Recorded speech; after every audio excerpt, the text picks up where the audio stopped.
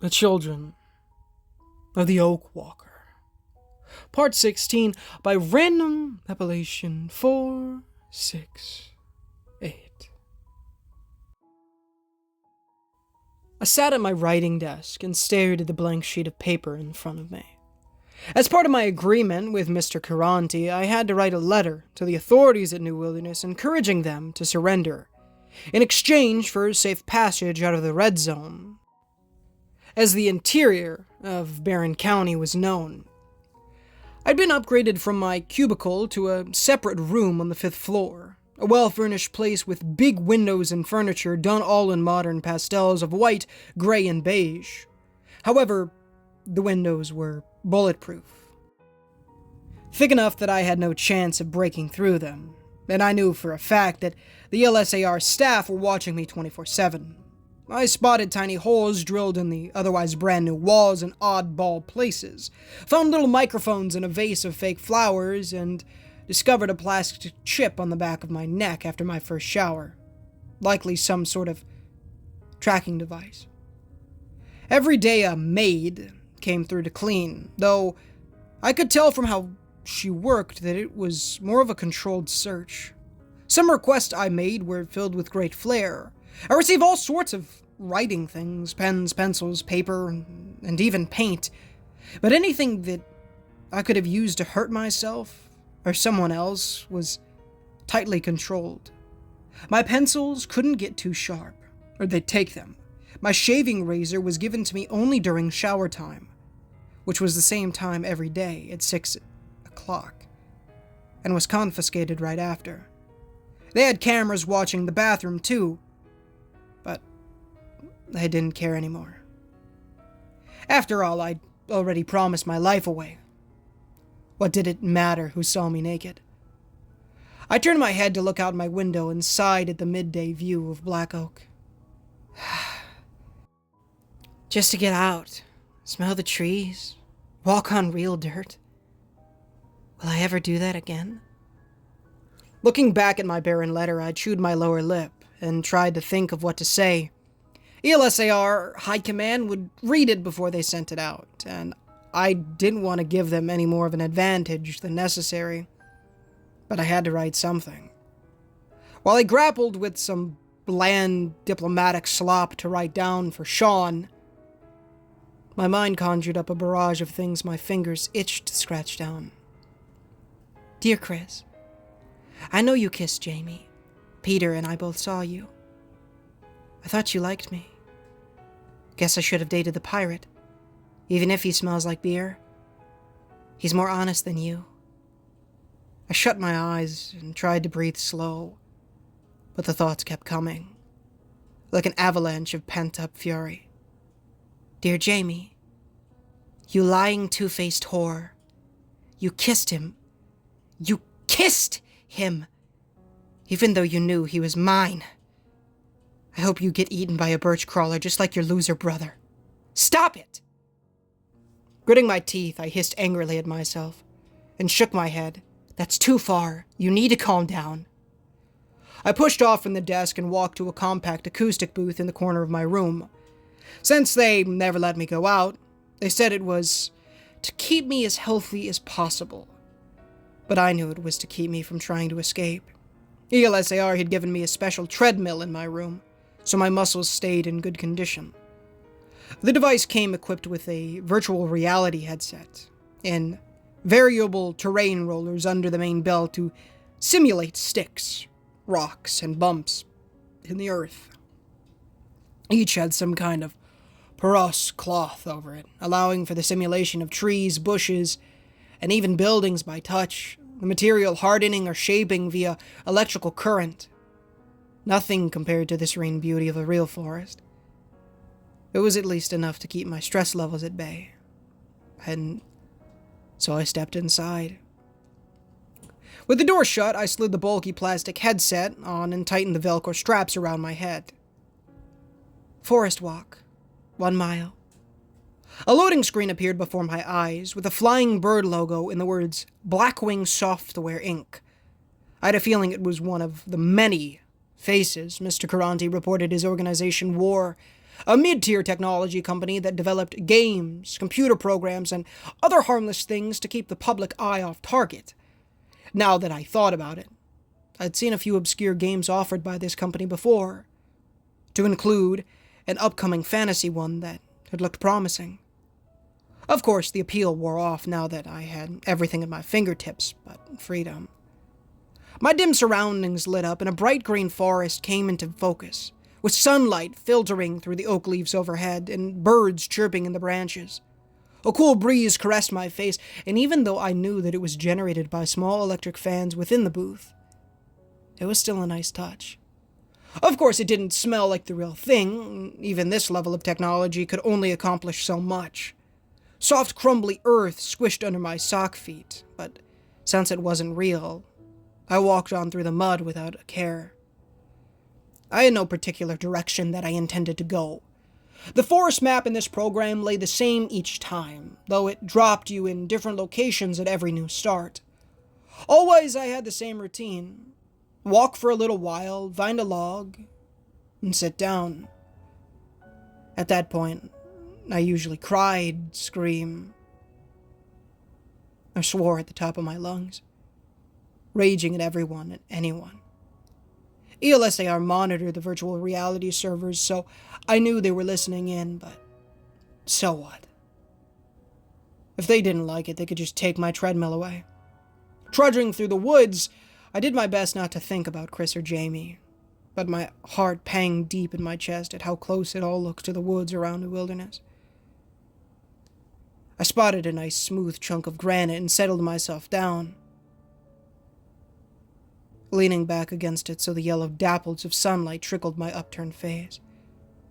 Part of me wanted to launch into another shouting fit, but I didn't have the mental strength. Being angry made my head throb, and I always felt worse afterwards. I love you. Lying on my back, I whispered the words just loud enough so I could hear them above the rustling of leaves in the treetops, the shushing of the wind, and the songs of birds. Even if it was coming from me, just imagining the words in Chris's voice was too intoxicating to pass up. We never said such things to each other yet, but I wanted to hear it now more than ever.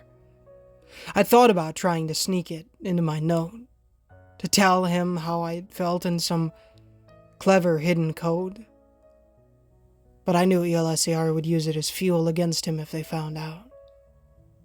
Besides, I wasn't sure if I should feel that way now, all things considered. Hannah! I jolted upright and gasped out a frightened yelp. No one stood to my left, save for a little red cardinal perched on a stump. Hannah Brunn! My eyes widened and I stared at the bird. Am I going crazy? Is this thing broken? Maybe I should take the headset off. The bird ruffled its feathers in the way any other might have and cocked its scarlet head to look at me through one dark eye. Look, we don't have much time. I know you can hear me. Are you Hannah Brunn, yes or no? A woman's voice, one I didn't recognize, flowed out of the bird's beak like some kind of speaker, and I folded my arms over my chest with a nervous shrug. Yeah, that's me. Who are you? Everything went black, and soft dirt hardened into the standard floor of the VR booth beneath my feet. I reached to unstrap the headset and heard the door slam open. His rough hands grabbed me from behind. They dragged me into the room, and the headset fell away to reveal several gray uniforms of guards, but with a green shield on their shoulders marked Auxiliary Corps. Tear the place apart. A girl walked in through the open door of my room, her dark hair tied back in a practical military bun, while chestnut brown eyes focused on me with a cold glint. Fredericks, tap into her mainframe and get a fix on that third-party IP address. I want to know where it came from, before tech support gets their greasy fingers on things. Benson, bring me every scrap of paper you can find. Confused, I blinked at the two guards who had my arms pinned, the others rifling through my room like they were on a hunt for something important. Curtains were ripped down, pillows sliced open, the rug torn up. My dresser had every drawer thrown to the ground, all my clothes pawed through. They all had close-cropped hair. The boys shaved almost bald. The few girls with short ponytails or buns. Most looked no older than myself, but wore hard, dangerous glares or sneers, pistols on their belts, and gleaming new submachine guns on their shoulders. One female guard shoved their hands through my pockets and along my body with uncaring roughness, and the first girl who had spoken laced her hands behind her back in stern impatience. "Who are you talking to?" She wore 2 black bars on the collar of her uniform, which I guessed to be the marks of an officer, and from the way the others waited on her command, that had to be the case. But something else about her sparked an image in my head. A flicker of memory, and my gut sank. I knew her. I'd shot one of her squad members in the Southlands, and she'd been there to see it. "She is going to kill me, is she?" No way they'd let her do that. I agreed to their terms. I've done everything they asked. They're supposed to protect me. Swallowing a lump of fear, I remembered how she'd come mere feet from stabbing me at the coal barge and shook my head. I don't know. I wasn't talking to anyone. I was just using the woods simulator and this bird came out of nowhere. As if annoyed by my stumbling words, the officer rolled her eyes and twirled one pointer finger in the air through some kind of predetermined signal. "All right, time for a picnic. We're moving to a code white. I want all entrance guards doubled and both Hero F teams on standby until I say so." On her word, the others shoveled my scattered clothes into a small backpack and stuffed my hygiene kit in as well. Metal cuffs clicked onto my wrists, and one of the guards pushed my head down so that I had to walk hunched over, the group marching me out into the hall like some sort of escaped convict. I had no idea what I'd done, who I'd spoken with, and why I was being punished for using a device that ELSIR had given me, but all I could think of in that moment was the memory of the soldier I'd gunned down back in the Southlands. In my head, I could see her spirited face as he died, and recalled how he'd used the last of his strength to save my life from the girl who led me away now. I hadn't even known his name, but I could never forget his face. It had been my first human kill, and despite it being a justified self-defense shooting, it still weighed with a heavy guilt in my chest. Just before we reached a set of black elevator doors, a skinny figure came sprinting up the hall from behind us, and 2 of the guards raised their weapons in reflex. Excuse me! What do you think you're doing?" He wore a white lab coat over gray work slacks and a button-down press shirt. The light color is a sharp contrast from his swarthy complexion. Judging by his facial features, I figured him to be college age, maybe in his later 20s. At first glance, I guessed him to be from somewhere in the Middle East or India, but the man didn't speak with an accent. His eyes were familiar, though, the same sandalwood brown as the ones that had looked down on me at the gurney, filled with sympathy. Daring to feel hopeful, I stayed quiet and waited to see the guard's reaction. Maybe he can talk some sense into them. Ignoring the raised submachine gun muzzles, the orderly jabbed a finger at me, his expression screwed into an irate frown directed at the female officer. "That is my specimen. You have no right to just move her without laboratory approval. This is a serious breach of protocol. You can't just—" "Don't spit that corporate line at me, Kaba." The officer in charge rounded on him, both hands on her hips where a long combat knife hung beside her service pistol. "Security is my job. And if you care about protocol so much, you can get on the phone to tech support and tell them they have 30 minutes to do an ID sweep of our servers, or I'll personally shoot whoever's in charge down there." To my surprise, the man known as Kaba stepped toe-to-toe with her and glared right back in her haughty face. "She's irreplaceable. If anyone so much as pulls a hair out of place, Karanti will be furious. I don't care about IT. I don't care what your job is. She is off limits. Our security is compromised, so I'm moving her to a more defensible location." Her smug expression frosted into a glower that could have been made of ice. And something about the way the officer bristled made me wonder how often she caused such issues. "If you need her, you can come get her. Otherwise, go back to your test tubes and stay out of my way." His jaw worked, as if Cabba wanted to shout another protest, but he seemed to realize he was outweighed, and shook his head in disgust. Don't hurt her, Crow. I'm serious. They won't overlook this one. Crow? What kind of name is that? Is that some kind of code? I watched the orderly with pleading eyes and prayed to whoever was listening that he could get me out of this mess.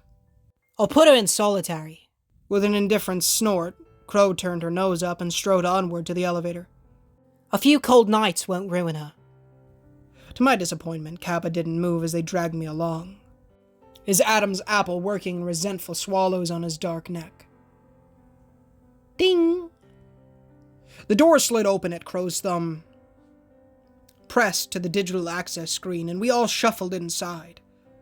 Unlike the crystalline mirror finish of the elevator Mr. Caranti had taken me on, this one was made from cold, bland steel, like a freight elevator. A single yellow light bulb illuminated the interior from overhead, and welded grating covered the open sides, long greasy cables visible in the shaft beyond. I tasted lubricating oil from the gears on the wind and shivered at the chilly interior. Crow pressed a few buttons on the control panel, and the elevator lurched downward in a whining of electric motors. You'll speak when spoken to. She didn't even look at me. Thumbs hooked into her belt in a way that was painfully reminiscent of Jamie, and Crow picked at her thumbnail with a bored expression. I don't care how special they said you are. Down here, you're just another meat suit. So don't ask for anything unless it's life or death. No talking, singing, or making noise like tapping on the walls. Don't touch the guards. If they come for a search, you comply, no matter what. If I catch you with a weapon, any kind of weapon, I'll make you wish your mother had an abortion. Understood? Gulping, I nodded, unsure if I had the right to say so much as yes at this point. Clearly, this girl would have preferred to throw me off the elevator, but it seemed the thin line of protocol she scoffed at prevented her from doing anything more than barking orders my way. Perhaps if I did as she said, then cooler heads would prevail, and Caranti would send word for my release. I certainly couldn't fight the guards, and doubted my newest captor would tolerate any resistance from me. Ding! Both metal elevator doors glided back. The digital number over the door reading -3, and a smell hit me like a pungent brick wall. Coppery and strong, it lingered in the air along with the scent of hot metal, enough to curdle my stomach. The walls were made of poured concrete, unpainted and gray, the floor just as plain with a few drains here and there. Simple industrial bar lights hung in intervals over the walkway, and several doors lined each side of the hall as it twisted out of sight. However, none of these morose settings could compare to the echoes of rapid-fire screams somewhere down the corridor. Sounds like Ulmer is having fun with that Molotov thrower, one of the male guards grunted, and his companion snickered. And that'll teach him not to start trouble. Another of the boys grinned, and his eyes twinkled with a malicious delight. I hope the girl they caught him with is in there. Mouthy witch needs to learn her place. She already did. To my left, one of the female guards smirked in a knowing way as I was shoved out into the hall ahead of them. I had her for interrogation this morning. Came in all spit and fire, but left all tears and blood. She'll never run from us again, that's for sure. My blood ran cold at the agonized wails, the unknown victim screeching in time with muffled blows that I could hear from where I stood. Only a few times in my life had I caught the sounds of someone in absolute crippling pain, and these groans were hoarse, as if the man had been undergoing his torment for a while now. Judging by the heavy aroma of blood on the air, the casual jests of the guards about their brutality, and the odd stains in various spots on the cement floor, I realized my situation had gone from bad to worse. Just stay calm. You're valuable. They can't hurt you. A Caranti will kill them. Grateful now that they kept my head bent down, I focused on the concrete in front of my slip-on shoes and pretended not to hear the screams multiply as we walked past various ill-lit cells. All gods, drop what you're doing and double up on the entrances. Crow snapped out commands without a blink at the horrendous conditions around her. Black boot heels clicking on the floor in steady rhythm. Benson, go tell Oma to lay off with Detainee 9. We need him in his squad on the front gate. Someone put a muzzle on 21. She's giving me a migraine with all that squawking. Let's move, people, sometime today.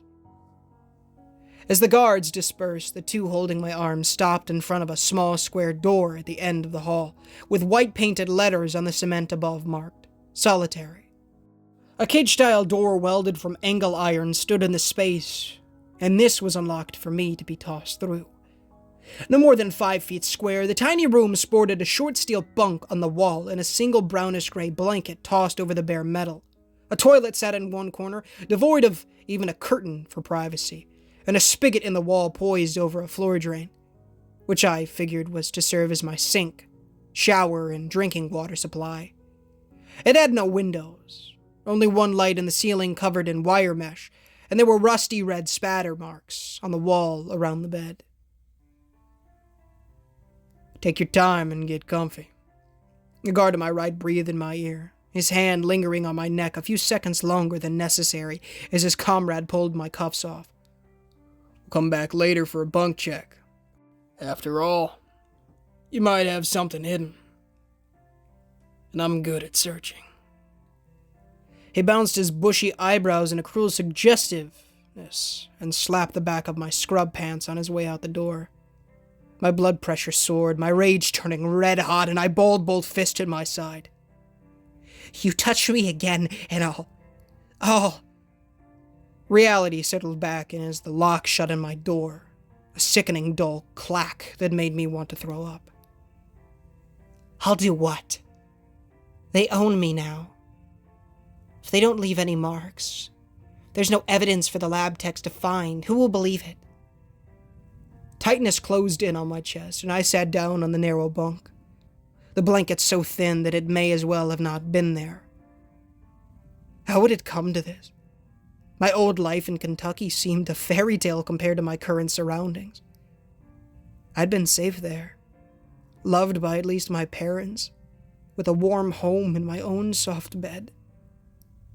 No one would have ever put their hands on me, or my father would have slaughtered them. Even Carla wouldn't have stood for it. Now I waited for Mr. Caranti of all people to come to my aid. A man who only cared about me for what I could bring him in value. As if I were a trinket in a museum. Chris would have fought them all before he let someone touch me. Tears welled in my eyes, and I buried my face in both hands. I would never see New Wilderness again. I'd never have another chance at a fancy dinner with Chris. I would never get to see my old room, sleep in my bed, walk the path in the cherry grove outside the lodge. Even if by some fairy magic I got loose, there was nothing left for me there. Nothing but loneliness. Curling up on the bunk, I wrapped the papery blanket around my head and tried to shut out the horrible noises from beyond my cell door. His sorrow washed over me like a tidal wave. Oh my goodness, folks! Some new, should I say new, old characters coming back here. What is going on, guys? Ninja Gamer, and thank you so much for watching today's video. If you did enjoy, please feel free to leave a like on the videos. It does help the channel innumerably. It does get the gospel on people's feeds as well. Please consider subscribing. Excuse me, as we are trying to hit 10,000 subs by the end of the year. And it would be a massive blessing from the Lord if you guys did so. As always, guys, the $1 million question is on screen right now. Pin comment description if you prefer to read it that way. But please do give it a read, as it does help the channel as it will teach you how to gain eternal life, how to go to heaven. Who wouldn't want that? What am I?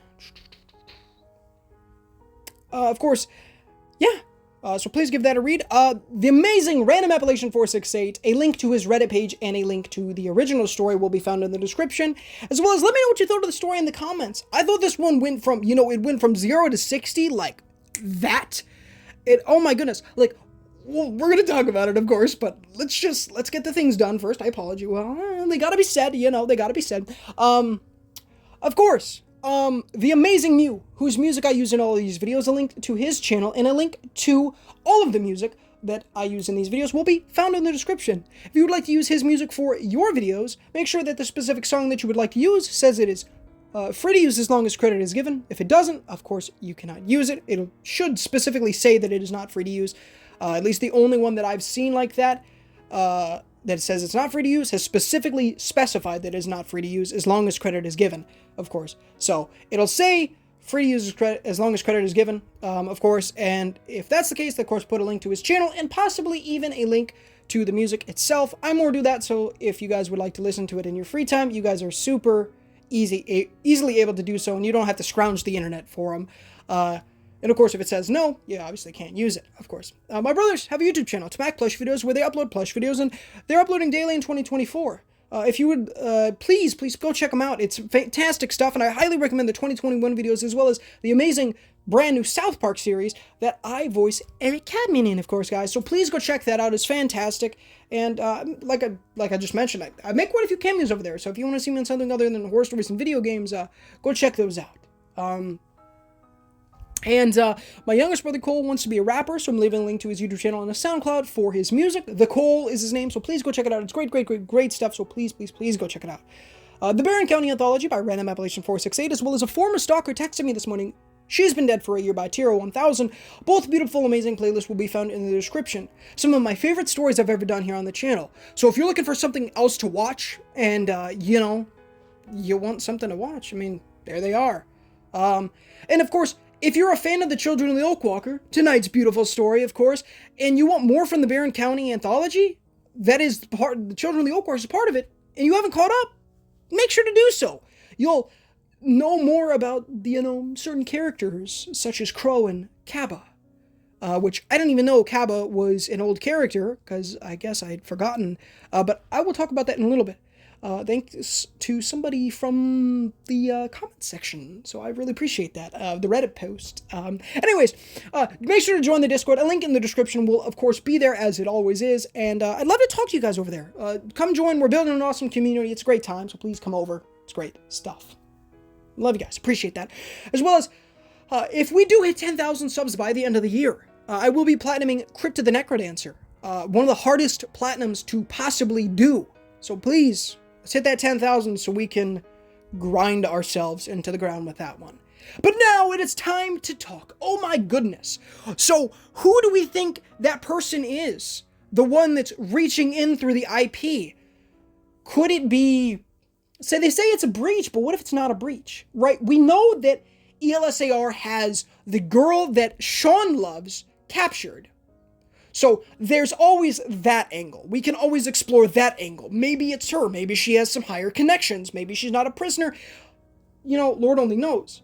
Maybe it's somebody we've never met before. There's always that option. Somebody wants to feel good, has a spark of the conscience, I guess, and, wants to help out a poor girl who has been essentially kidnapped. I mean, we're not going to say, obviously Hannah has definitely benefited. I mean, she didn't die, right? Like, there's a very good chance she would have died. The only way I see that she wouldn't have from the stab wound is by the miracle of the Lord, of course. So, But, of course, then there's always the option of, is it somebody from New Wilderness? Could it? Well, she said she didn't recognize the voice, which is interesting, and I guarantee that detail is obviously not put in there just to kind of throw us off. So it's got to be somebody. But I suppose we will see in due time. Now, Crow. I recognized Crow immediately. I knew it was the girl from I Survived the Collinswood Massacre, which, if you haven't seen I Survived the Collinswood Massacre, it's actually, I believe it's the most popular part of the Barron County Anthology. It has the most views. I believe it's about 800. So, of course, thank you guys for that. Thank you, Lord. But, that's just thing. But she is from that story. And then I believe she is also in The Difference Between Monsters and Men, which is actually where Kaba originates from. And very blessed, I was able to get his voice right by just doing my normal voice. Honestly, I was just giving him a normal voice. So, yeah. But massive blessing there. He's the main character in that story, which go check that one out. It's in the Barron County Anthology. Yeah. So it's interesting that he's not on the front lines anymore, it appears. He's actually in the medical field, which is really interesting. But I guess that's really cool. It's really interesting, man. Which I highly, highly recommend. Oh my goodness. I Survived the Collinswood Massacre. I mean, it's probably, it's one of the most popular for a reason, I have to say. It's a great one. So, if you haven't listened to it, go ahead and do so. But that's all I got, dude, this solitary place. What are ELSAR up to, man? What is going on? It's like a torture chamber. I mean, essentially, that's what it is. I mean, solitary... what is solitary, right? Because theoretically solitary is just like solitary in real life. That's what you can theoretically think it is, which just a room that they put you in. Honestly, I think Hannah has a better situation than solitary in real life, but at least from what I've heard, I could be completely wrong about that, but I have no idea, man. It's, this was an interesting one. And it's cool, dude. I believe in a post, Random Appellation talked about that, I don't even know.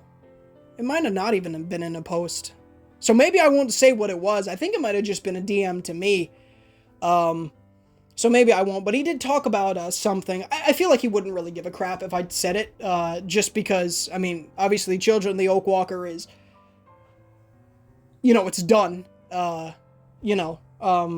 now just awaiting the beautiful thing that is the third installment of the Hannah Brunn story, the third and final of her story, but obviously not the final of the Baron, or not the Baron, but just this universe, the Breach universe. I'll put a little code name on there. I don't know, maybe he's called it that, but that's what we'll just put a little title. It's not the official title, unofficial title, but just of the universe that Random Appellation 468 is kind of working on. If he ever, maybe I'll ask him in when I'm sending, I send him all the links to these stories for those of you who don't know, and maybe I'll go ahead and ask him that question, be like, hey man, what is the overall title? Because I actually asked him, what's the overall title of, your thing? And he said, the Barron County Anthology, which obviously makes a ton of sense because we're talking about Barron County here. But obviously we know that this is happening all over the world. In fact, I believe it was in the last post yesterday that I did that Mr. Caranti talked about how I believe another breach opening had opened up in Scotland. I believe it was where it was. So it's such a massive thing. You know what I'm saying? It's just a massive thing, and I'm really excited. I'm really excited to continue. But whatever we're gonna call this, it's the unofficial name of the whole universe. But that's just because it's about the breaches. So I'll put that unofficial title just for the sake of knowing what I'm talking about. But remember, I don't know what it's called. I don't know what the official. It could also just be maybe. I don't even know. Maybe he doesn't have one. Maybe it is just the Barron County Anthology. I don't even know. I'm excited though, so just keep in mind it's not the official title of the universe. Obviously right now we're, really only focused on the Barron County Anthology. We're miles away from even getting into the grasp of the new series that is going to be different people's stories. Obviously, I believe he talked about that it will also include mentions of other characters, but that's all for him to to decide, man. There could be so much more. I love it when people do just an expanded universe, man. Like I said in yesterday's thing, or maybe it was the day before, but it takes an extraordinarily talented person to pull something like this off. You know what I'm saying? It's just one of the reasons Walking Dead is so great, and one of the reasons Breaking Bad doesn't do it in this kind of way, but it does have a lot of shows that correlate with it. Of course, Breaking Bad, Better Call Saul, and obviously the El Camino movie, which I need to watch with my sister, because she hasn't seen it either. Her favorite character is Jesse. I love Jesse, of course, too. Jesse Pinkman's an absolute godsend, but, you know, I still gotta get through all the Better Call Saul. It's gonna take me a long time. It took me like 4 months to finish Breaking Bad, which in reality it probably could take like 2 weeks, probably even less, if it's all I did. Like if I was watching Breaking Bad for like 12 hours a day, I probably could get it done in a week. Just saying. It's not a very long show. It's a very great show, though, and a lot of memes, dude. The memes kill me every time I see one. I love them. Same thing with Walking Dead. You guys want to get me to at least smile?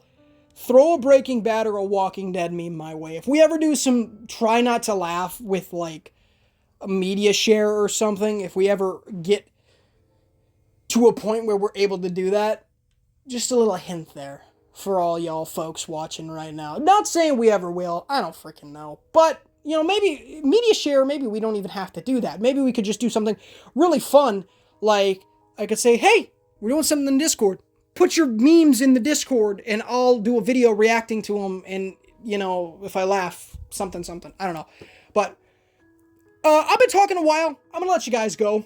I do apologize for that. But, you know, we got to talk. I like talking about what I'm thinking. You know, what I'm thinking for the thing. And let me know what you guys are thinking in the comments, too.